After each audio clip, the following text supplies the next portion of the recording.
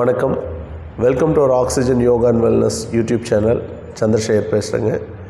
இன்றைக்கி நம்ம பார்க்க போகிற டாபிக் என்ன அப்படின்னு பார்த்தீங்கன்னா, பொறுமையாக வாழ்வது எப்படி. ஒருத்தங்க கேட்டிருந்ததுனால இந்த டாபிக் நம்ம பேசுகிறோம். பொதுவாக பொறுமை அப்படின்னா ஒன்றும் செய்யாமல் தண்டமாக உட்காந்துருக்கிறது பேர் பொறுமை அப்படின்னு நினச்சிக்கிறோம். இல்லை யார் திட்டினாலும் நம்ம எல்லாத்தையும் பேசாமல் வாங்கிட்டு கம்முன்னு இருக்கணும் சார், அதுதான் பொறுமை அப்படின்னு நினச்சிக்கிறோம். அப்படி கிடையாது. பொறுமை அப்படிங்கிறது நம்மளுடைய ஆக்ஷன் செயலில் இருக்கணும்.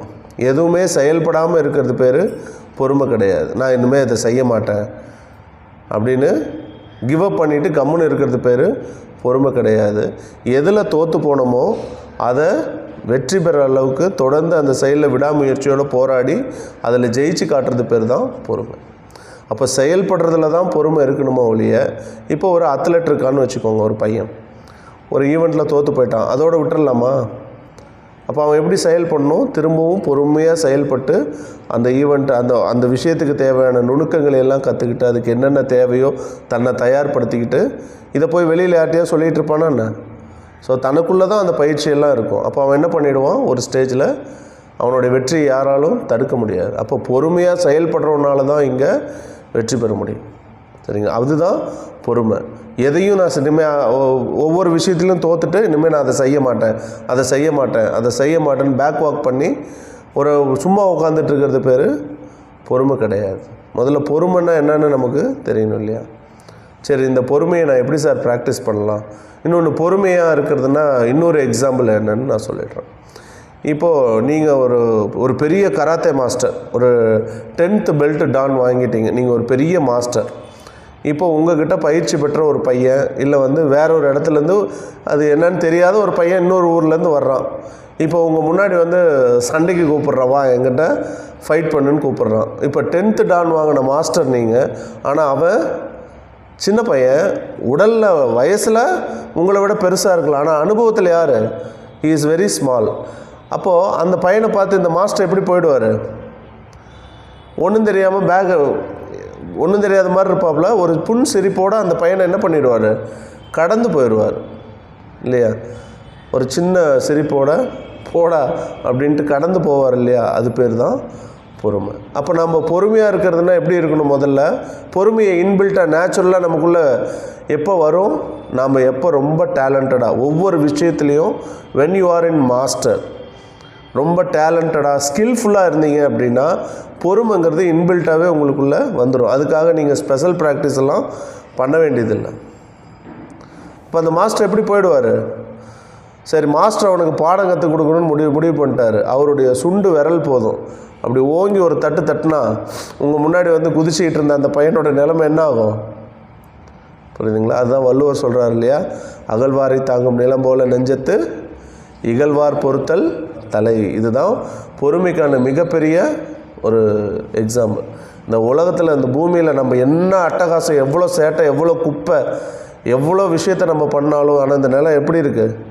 பொறுமையாக அதனுடைய வேலையை செஞ்சுக்கிட்டு தானே இருக்குது. இதை விட பெரிய எடுத்துக்காட்டு சொல்ல முடியாது. அதனால தான் அது பூமா தேவி அப்படிங்க. பொறுமைக்கு பெண்களை ஒப்பிடுறாங்க. புரியுதுங்களா?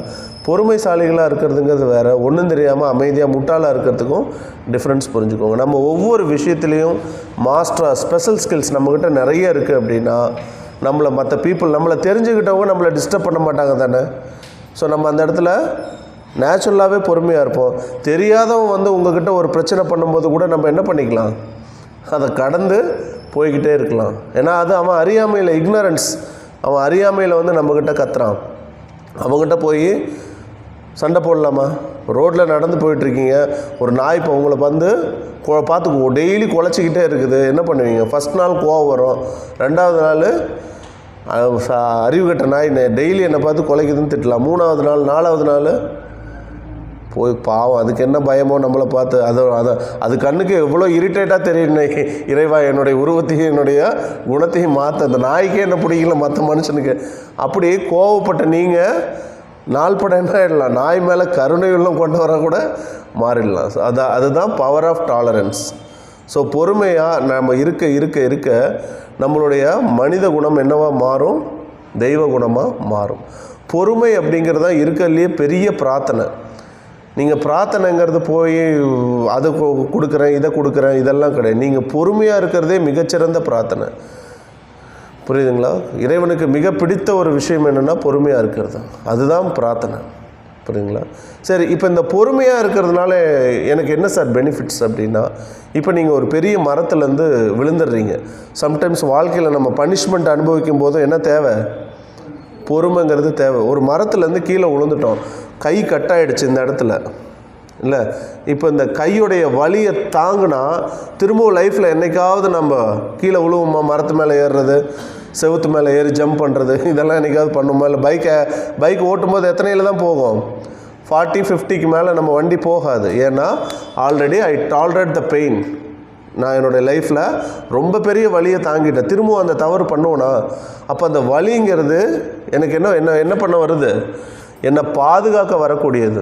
அப்போ வலி வரும்போதெல்லாம் அதிலேருந்து நான் என்ன கற்றுக்கணுங்கிற அந்த லெசன், அதில் புரிஞ்சிக்கக்கூடிய விஷயம் என்ன அப்படிங்கிறத நான் பார்க்குறதுக்கு தான் அந்த வலி வருதோ ஒழிய, இல்லை நான் செஞ்ச தப்புக்கு ஒரு தண்டனை கிடைக்குது, அந்த தண்டனையின் படிப்பினை என்ன, அதை தான் நம்ம பார்த்துக்கணும். அப்போ அந்த இடத்துல பொறுமை சரி, என்னால் பொறுமை காக்க முடியல சார், நான் போய் ஸ்லீப்பிங் பில்ஸும் பெயின் கில்லர் டேப்லெட்டும் போட்டேன், வலியே தெரியாத அளவுக்கு 3 மாதம் சாப்பிட்றேன். என்ன ஆகும்? பொறுமை இழந்ததன் காரணமாக என்ன ஆகிடும்? வயிறு கெட்டு போயிடும், உடம்பு ரத்தமெல்லாம் கெட்டு போயிடும். இன்னொன்று, அந்த பெயினே தெரியாமல் வந்துட்டான். திரும்பவும் போய் மரத்துலேருந்து குதிப்பானா மாட்டானா? ஒரு சில குழந்தைங்களுக்கு இல்லை பெரியவங்களுக்கு கூட 4-5 தடவை ஃப்ராக்சர் ஆகும், பார்த்துருக்கீங்களா? பட்ட இடத்துலே படும் அவனுக்கு. ஏன்னா அவனால் அந்த பெயினை டாலரேட் பண்ணாதோட எஃபெக்ட், அதை பொறுத்து கொள்ளாதோட எஃபெக்ட்டு அந்த அனுபவத்தில் கிடைக்காம அவன் என்ன பண்ணுறான்? திரும்ப அதே தவறுகளை செஞ்சு வலிக்கு மேலே வலி அனுபவிச்சுக்கிட்டே இருக்கிறாங்க. அப்போது இந்த டாலரன்ஸ் அப்படிங்கிறது ரொம்ப பெரிய ஒரு ஆர்ட். அது எப்படியெல்லாம் கற்றுக்கலாம்? ஒன்று, நாம் ரொம்ப ஸ்கில்ஃபுல்லாக இருந்தால் பொறுமைங்கிறது இன்பில்ட்டாக வரும்.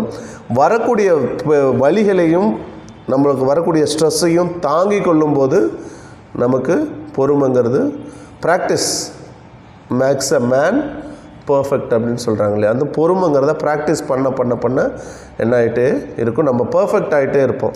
இப்போ சாதாரணமாக நீங்கள் தியானம் பண்ணுறீங்க, யோகா பண்ணுறீங்கனால சுற்றி இருக்கிறவங்க உங்களை கிண்டல் பண்ணுவாங்க, குழந்தைங்க உங்களை பண்ணக்கூடாது. ஆனால் அதெல்லாம் என்ன பண்ணிக்கிட்டே இருக்கணும்? டாலரேட் பண்ண தான் நீங்கள் திடீர்னு மழை வரும், திடீர்னு ரொம்ப வெயில் அடிக்கும், அன்னைக்குன்னு பார்த்து டிசென்ட்ரி போகும், நிறைய பிரச்சனைகளை வந்துக்கிட்டே தான் இருக்கும். பட் அதெல்லாம் நம்ம பொறுத்து கொள்ளும்போது தான் நம்ம அந்த இடத்துல அச்சீவ் பண்ண முடியும். ஸோ இந்த 2 வகையில் பொறுமைங்கிறத நம்ம ப்ராக்டிஸ் பண்ணலாம். பொறுமைங்கிறது ஒரு மிகச்சிறந்த பிரார்த்தனை, அதையும் ஞாபகம் வச்சுக்கோங்க. இந்த பிரார்த்தனையை தொடர்ந்து செய்யும்போது தான் என்ன கிடைக்கும்? வரம், ப்ளஸ் கிடைக்கும் நமக்கு. புரியுதுங்களா? இன்னும் மிகச்சிறந்த இயற்கைகள் எல்லாம் எடுத்துக்காட்டாக நம்ம புரிஞ்சிக்கலாம். பொறுமைக்கு எடுத்துக்காட்டு, ஒரு மரம் வளருது, ஆடு மாடு செடி எல்லாம் போய் அதை தின்றோம். இருந்தாலும் மரம் என்ன தான் பண்ணிக்கிட்டே இருக்கும்? வளர்ந்துக்கிட்டே தான் இருக்கும். ஒரு ஸ்டேஜில் அது பெரிய மரமானதுக்கப்புறம் அதை அதை கடித்த, அதை வெட்டின மனிதன், இவங்க எல்லாத்துக்கும் அது நிழல் தரக்கூடிய ஒரு பெரிய ஆலமரமாக வளர்ந்து அதுலேருந்து ஃப்ரூட்ஸை கூட என்ன பண்ணிகிட்டு இருக்கோம்? அந்த யாரெல்லாம் தனக்கு துரோகம் பண்ணாங்க, தன்னை வெட்டினாங்களோ அத்தனை பேர்த்துக்கு அது என்ன பண்ணிக்கிட்டு தான் இருக்குது? ஃபீட் பண்ணிக்கிட்டு தான் இருக்குது. புரியுதுங்களா? அப்போது நாம் யார் என்ன சொன்னாலும் நம்மளுடைய கவனம், நம்மளுடைய இந்த 5 புலன்களும் உள்நோக்கி இருக்கும்போது, நம்மளுடைய வேலை, நம்மளுடைய தொழில், நம்மளுடைய டியூட்டியை நோக்கி இருக்கும்போது யார் என்னத்தை வெட்டினாலும் நமக்கு தெரியாது. ஃபஸ்ட்டு திங் அது. 2வது, நம்மளோட வளர்ச்சியை யாரும் தடுக்க முடியாது. ஏன்னா என்னுடைய கண்ணு காது எல்லாமே உள்முகமாயிடுச்சு, என்னுடைய வளர்ச்சியில் இருக்குது. நான் ஒரு நல்ல டேலண்டட் ஸ்கில்ஃபுல் பர்சன் ஆகிட்டேன். அப்போ நான் ஆட்டோமேட்டிக்காக நான் என்ன பண்ண ஆரம்பிச்சிடும்? என்னோடய வேலை வெளியே தெரிய ஆரம்பிச்சிடும், அந்த சர்வீஸ் மக்களை போய் சேரும். அப்படி உள்முகமான பயிற்சிகளை நோக்கி இருக்கவங்களால தான் இந்த சமுதாயத்தில் நிறைய விளைச்சலை உருவாக்க முடியுமோ ஒழிய, ஒரு விவசாயி எப்படி இருப்பார்? நேச்சுரலாகவே அவர் எப்படி இருப்பார்? அங்கங்கே போய் பிரசங்கம் பண்ணிக்கிட்டு அட்வைஸ் பண்ணிக்கிட்டா இருப்பார்? தெரியாது.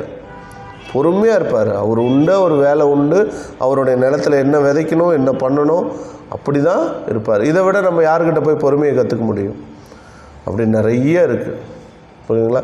விஷயமே தெரியாமல் கத்திகிட்டு இருக்கிறவங்களாம் இருப்போம், அவங்கெல்லாம் பொறுமை கிடையாது. புரியுதுங்களா? பொறுமைங்கிறது இட் இஸ் லிவிங் ஆர்ட். அதை நம்ம அழகாக ஒன்ஸ் அதை ரியலைஸ் பண்ணி புரிஞ்சுக்கிட்டு ப்ராக்டிஸ் பண்ண ஆரம்பித்தோம் அப்படின்னா ரொம்ப இதுவாக இருக்கும். அந்த பொறுமையை யார் வேணாலும் உங்களுக்கு சோதிப்பாங்க. நமக்கு நிறைய தேர்வுகள் நடக்கும் இறைவனால். அந்த தேர்வுகள் எல்லாம் எப்படி தான் இருக்கும்? யாருக்காவது எக்ஸாம் ஈஸியாக இருந்து பார்த்துருக்கீங்களா? கடினமாக தான் இருக்கும். கடினமான தேர்வுக்கு உட்படுத்தப்படுபவர்களே என்ன பண்ணுறாங்க, அவங்களுக்கு பதவிங்கிற ஒரு விஷயம் கிடைக்கும். அப்போ சிவ பதவி நோக்கி தேடுறவனுக்கு, இறைவழி சிவபதவியை நோக்கி பயணிக்கிறான்னா அப்போ அவனுக்கு எவ்வளோ இருக்கும்? நீங்கள் ஒரு விஷயத்தில் ஈடுபடுறீங்க, இல்லை ஒரு கோல் செட் பண்ணி ஓடுறீங்க அப்படின்னாலே பஞ்சபூத சக்தியும் உங்களுக்கு எகென்ஸ்டாக வேலை செய்யும்.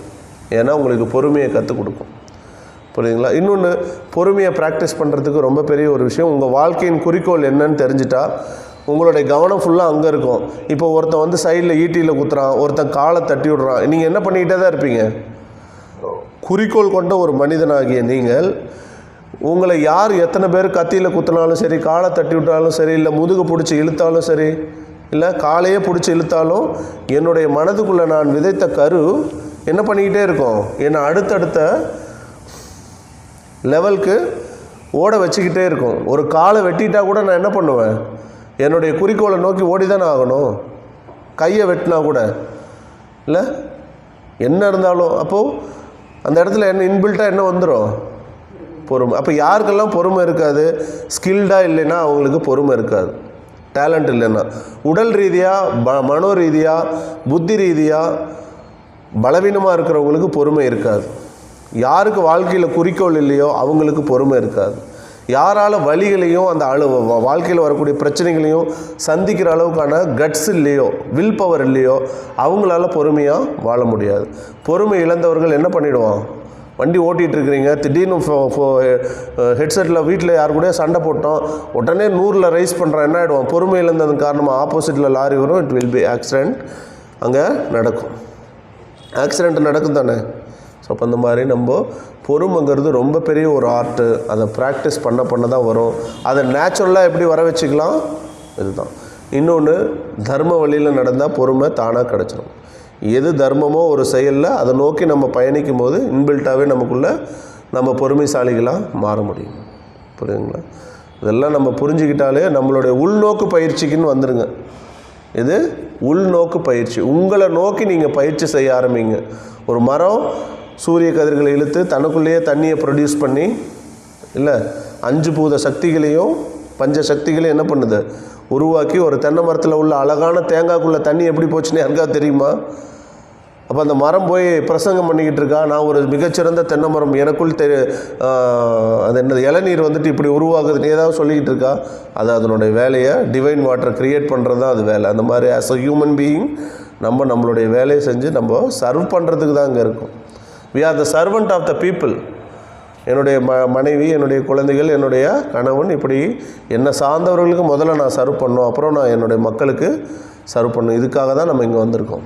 நம்ம அதுவும் இல்லாமல் நம்ம ஒரு விருந்தாளி. அந்த சேம் டைம் சர்வெண்ட்டுன்னா அடிமாடு மாதிரி வேலை செய்கிறது பேர் சர்வெண்ட்டு கிடையாது, என்ஜாய் பண்ணி பண்ணுறது. I am the guest of the world.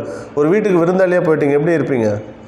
செலிப்ரேட்டடாக ஒரு ஜாலி மூடில் இருந்தால் விருந்தாளி வீட்டில் போய் எத்தனை வேலை செஞ்சாலும் டயர்ட் ஆகுமான்னு. ஆனால் நம்ம வீட்டில் அந்த சொம்பு எடுத்து அங்கே வச்சோம்னாலே நமக்கு கை காலெலாம் உடஞ்சி போயிடும். ஸோ அந்தளவுக்கு இருக்குது. ஸோ அந்த மைண்ட் செட் மாற்றுறதுக்கு தான் இந்த டாபிக். ஸோ கேட்டிருந்தாங்க, அதை பற்றி பேசியிருக்கோம். இதில் வேறு ஏதாவது உங்களுக்கு சந்தேகம் இருந்தால் கேட்கலாம். தேங்க்யூ.